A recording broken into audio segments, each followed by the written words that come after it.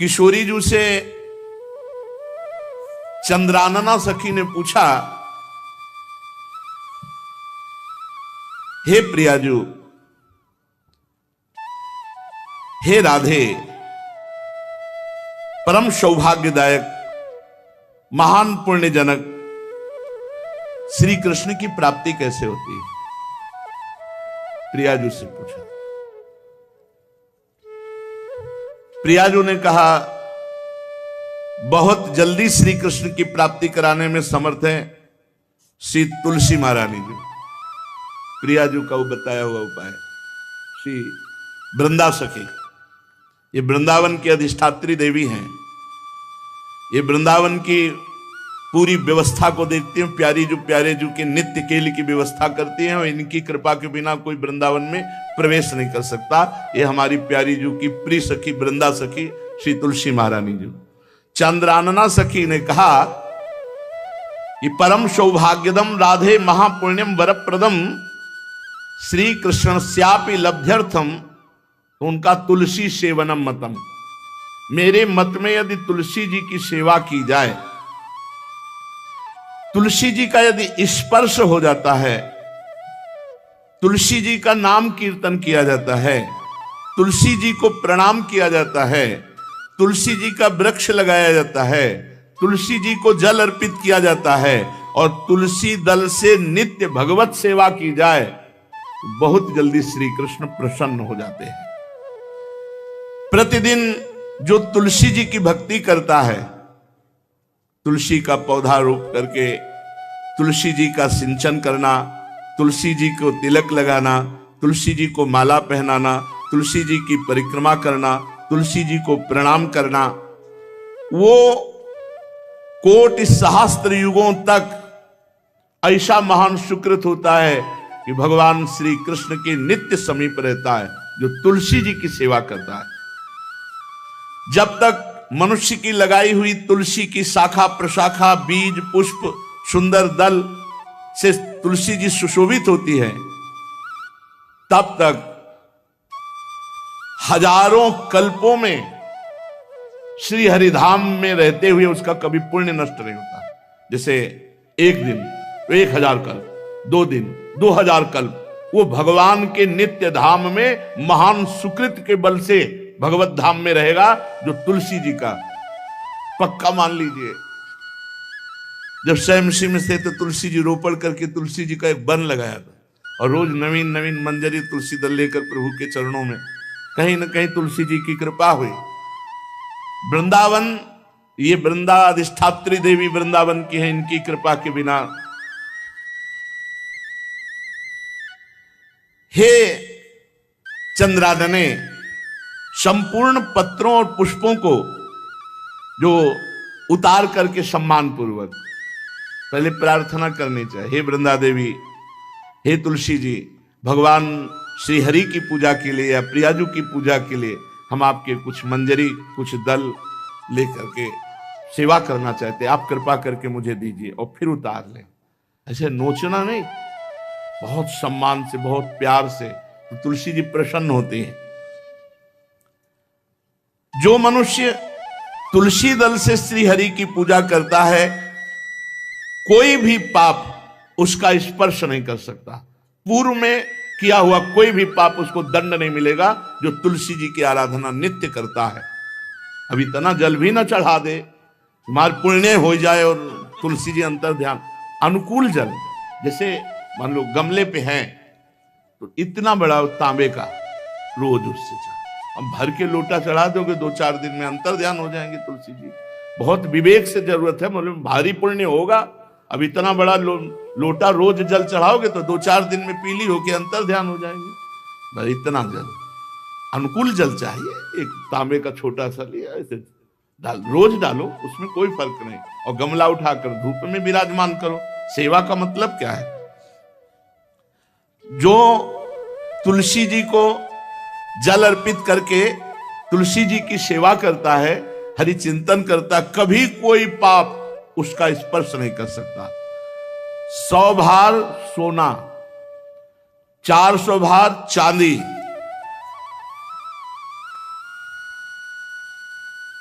का जो दान करने का फल होता है, वो एक तुलसी दल उतार, जो अपने द्वारा लगाई हुई तुलसी दल, वो हरि के चरणों में अर्पित करो। ये 100 बार सोना और चांदी बराबरी नहीं हो सकती।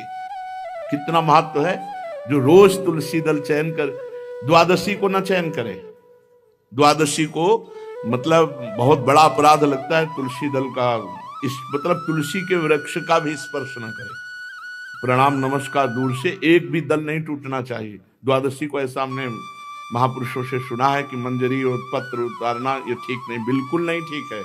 ब्रह्म हत्या का फल लगता है, अगर जो पाप लगता है अगर कोई द्वादशी को तुलसी चयन, बहुत सावधानी से। जिसके घर में तुलसी का बगीचा होता है, कई पौधे होते हैं, उसको कहीं तीर्थ जाने की जरूरत नहीं, उसका घर तीर्थ है जिसके घर में तुलसी के पौधे हैं। और यमराज कभी उस घर में किसी भी मरने वाले को लेने नहीं आएंगे।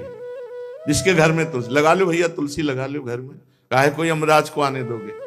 सबके घर में तुलसी। कितना सुंदर पहले था। घर में आंगन होते थे, आंगन में एक बहुत बड़ा, और फिर उसमें तुलसी जी, और फिर उसमें 2-4 नर्मदेश्वर शालिग्राम ऐसे, और फिर घर का हर व्यक्ति जल चढ़ाना, प्रणाम करना, नमस्कार करना, कितनी पवित्र पद्धतियां हमारी थी। जब रसोई बने पहली गाय के लिए, फिर कुछ पक्षियों के लिए, फिर कोई संत महात्मा, कोई भिक्षु, ऐसा कितना पवित्र व्यवहार। अभी यहाँ जैसे हमने देखा है, ये रसोई बन रही ना, तो धुआं नहीं खत्म होने पाता, वो ही सब अपवित्र किए हुए हैं। राक्षसी बुद्धि आती चली जा रही। तुलसी जी, ये भागवती को वस्तु है। हमें लगता है बालकनी तो होती ही, बढ़िया बालकनी में एक ऐसा उठाने धरने वाला स्टैंड लोहे का रखो कि तुलसी जी को विराजमान कर दो।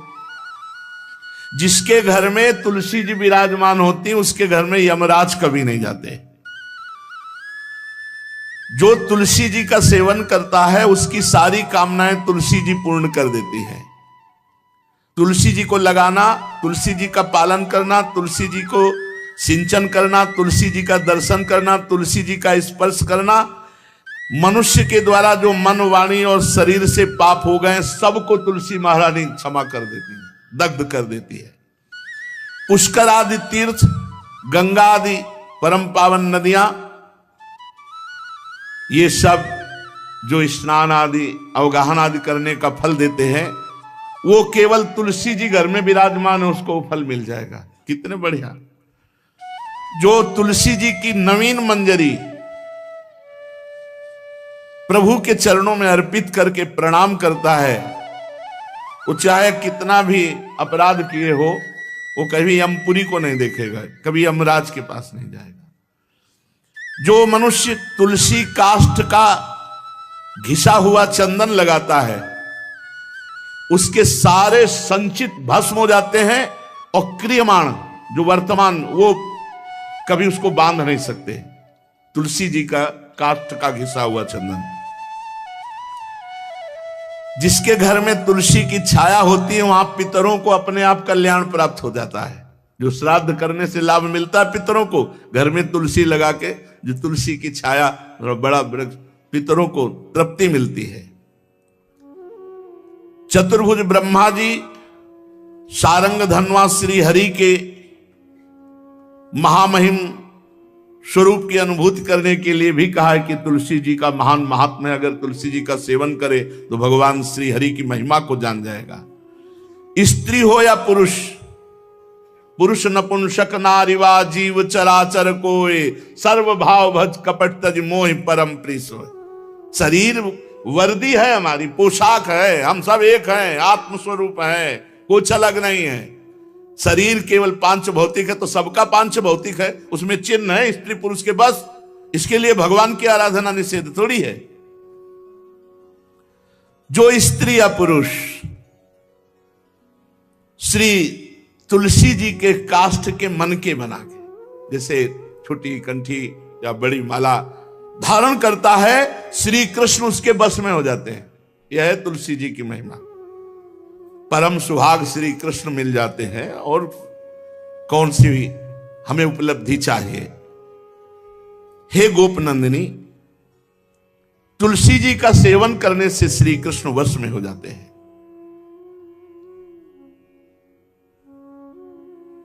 जो तुलसी की माला से नाम जप करता है, काउंटर वाली बात तो स्मृति के लिए भाई है, हम निषेध नहीं करते, नहीं बहुतों के भजन बंद हो जाएंगे, पर हम इतनी महिमा जरूर बता देते हैं कि तुलसी माला से जो नाम जप किया जाता है उससे आध्यात्मिक सिद्धि बहुत जल्दी होती है। गुरुदेव भगवान कहते जो अंगुलियों से रगड़ होती है मन का से, उसमें आध्यात्मिक ऊर्जा शक्ति तुलसी माला से। प्लास्टिक पर भाई करो, निषेध नहीं कह रहे बंद हो जाएगा, वो भी राधा राधा कहना, वो हमें बंद नहीं करना, हम कह रहे तुम जैसे बने वैसे करो, लेकिन माला का बहुत बड़ा प्रभाव है। तुलसी परम पवित्र भगवान श्री हरि की प्रिया, और उनके काष्ठ को जब हम ऐसे ऐसे नाम के साथ, तो विशेष ऊर्जा शक्ति, आध्यात्मिक शक्ति हमें जागृत होती है। हो सके जिनको ऐसा बन सके तो छोटी एक वो आती है सुमिरनी, उसको रख लो, अपनी जेब में रख लो, उससे करो। और नहीं है तो भैया तुम इसी से करो, नाम जप करो, भाव को भाव न खालसो, नाम जपत मंगल दिस दसो। सुंदर सुंदर तुलसी जी के वृक्षों के समीप बैठ करके जो अनुष्ठान किया जाए वो बहुत लाभदायक। श्रीमद् भागवत का, गोपाल सहस्त्र नाम का कोई भी पाठ तुलसी जी के समीप विराजमान करके किया जाए, आचार्य को बुला करके तुलसी पूजन करना चाहिए, विविध प्रकार के अनुष्ठान, अरे तभी तो सब मंगल होता है। पहले था, हमने देखा है, 4 बजे माताजी दरवाजे के सामने लीपती, रोज का जो पुराने घरों में देहरी के आगे आके 4 बजे लीप करके वहां अपना चौक पूर के दीपक जला, तो क्या पवित्रताएं थी, क्या मंगल था। जब किसी को निमंत्रण दिया जाता था सबके पैर धोए जाते थे, सुंदर बिछौना बिछा करके और उसमें बैठ कर पत्तल और रज के सकोरा कुल्हड़ ऐसे भोजन पाया, कितना पवित्रता। जो हमारी पूर्व पवित्रता थी, धोती कुर्ता चोटी, पवित्रता। मान लो अगर बाहर जा रहे तो पैजामा कुर्ता, ऐसे बहुत पवित्र पोशाकें थी, पवित्र आचरण थे, पवित्र खान पान था। घर में जाओ तो एक पवित्रता, एक किसी भी घर में ऐसा नहीं था कि देव मूर्ति न विराजमान हो, किसी भी घर में ऐसा नहीं था तुलसी जी विराजमान न हो, 1-2 गाय जरूर होती थी, पवित्रता। अब तो बड़ा विचित्र, भारतीय गौएं जो श्वेत रंग की, जो अरुण रंग की, जो सींग वाली हैं, वो उनका आप दुग्ध देखिए, दूह कर रख दीजिए, स्वर्णिम कांति छाई मिलेगी। ये हमारी भारतीय पद्धति, ये हविष्यान्न, इससे देवताओं का, भगवान का, सबका अभिषेक पूजन होता है। शुद्ध गाय जो हमारी भारतीय है, टीला है उसके जैसे निकला हुआ, भगवान ने सेवा की है। हमारे गोविंद भगवान का नाम ही गोविंद, गौओं के इंद्र। भगवान सुबह से निकल जाते थे, शाम तक गौओं को चराते थे। बड़ा तो किशोरी जी ने श्री तुलसी जी के पूजन की बात, भगवान गोपियों से वादा किए थे कि अब तुम्हें अगली पूर्णिमा को रास, अब रास बिना रासेश्वरी के नहीं हो सकता, लिखा हो चाहे ना लिखा हो। कोई भी विद्वान, कोई भी प्रवक्ता इस बात को बतावे, कहते हैं भागवत में राधा नाम नहीं लिखा है, भागवत राधामय ही है। सांद्रानंद घन प्रेम मूर्ति किशोरी, बिना लाडली जू के कोई रास बता दे कहीं भी, कभी भी, कैसा भी। महारानी जू के बिना रासेश्वरी के रास हो ही नहीं सकता, लिखा हो चाहे ना लिखा हो। क्यों नहीं लिखा? याते श्री सुख प्रगट कियो नहीं, जहां बोले राधा तो समाधि लग जाती हो, यहां 7 दिन में तक्षक काटना है। श्री सुखदेव जी ने महारानी जी का नाम, हरिराम व्यास जी कह रहे, याते श्री सुख प्रगट कियो नहीं, जानि सार को सार परम धन, राधा नाम आधार। वैसे तो रोज संकेत वन में, पीछे हमने चर्चा की थी, प्रेम सरोवर में प्रियालाल मिलते थे नंदगांव बरसा में। आज लालू ने एक नई लीला रची, गोप देवी लीला है। श्री लालजू महाराज प्रियाजू को रास के लिए उन्होंने सोचा एक बार छलिया रूप रख करके महल में प्रवेश करते हैं, देखते हैं लाडली जू पहचानती है कि नहीं, और कितना प्यार लाडली जू करती है। महाराज तो जो रूप धारण करें तो सभी सुंदर हैं, तो सुंदरता के समुद्र हैं। जब नकबेसर धारण करते ना, अंजन और घूंघट नीलांबर का, महाराज हृदय चूर चूर हो जाए, ऐसे सुंदर है। गोरी किशोरी भी चकोरी है जिनकी, नीलांबर धारण करके, और जिस समय लाली लगा के महाराज अपने राधा पी जी को कभी कभी जब आते हैं तो देखो ऐसा लगता है यार बलिहार है महाराज, जो रूप धारण करते सीधे हृदय पर प्रहार करते हो। प्रभु ने गोप देवी का रूप धारण किया, गोपांगना का। श्री चरणों में नूपुरों की झनकार, कटी में करधनी जिसमें क्षुद्र घंटिका लगी हुई हैं। अद्भुतम गोपिका रूपम चलत झंकार नूपुरम किंकिणी घंटिका शब्द मंगुलीयक भूषितम। बड़ी दिव्य अंगूठियां धारण किए हुए अंगुलियों पे, कमर में करधनी जो रुंझुन रुंझुन, श्री चरणों में नूपुर, और रत्न कंकण केयूर मुक्ताहार विराजितम। कलाइयों में रत्न जटित कंगन, बीच बीच में चूड़ियां कंगन ऐसे, बाजूबंद, कंठा, मोतियों के हार और शीश फूल, केशपास, बेणी रचना, नासिका में मोती की बुलाक, बेसर और अलकावली, घुंघराली अलकावली, श्याम वर्ण के केश। ऐसा रूप धारण किया जो देखे मुग्ध हो जाए श्याम सुंदर को। वृषभानु भवन की तरफ चले। खाई और परकोटों से युक्त वृषभानु भवन 4 दरवाजों से सुशोभित, प्रत्येक द्वार पर काजल के समान वर्ण वाले गजराज झूम रहे। राजभवन की बड़ी मनोहरता है। उस मंडप प्रांगण में वायु के समान वेग वाले घोड़ों से अंगरक्षक महल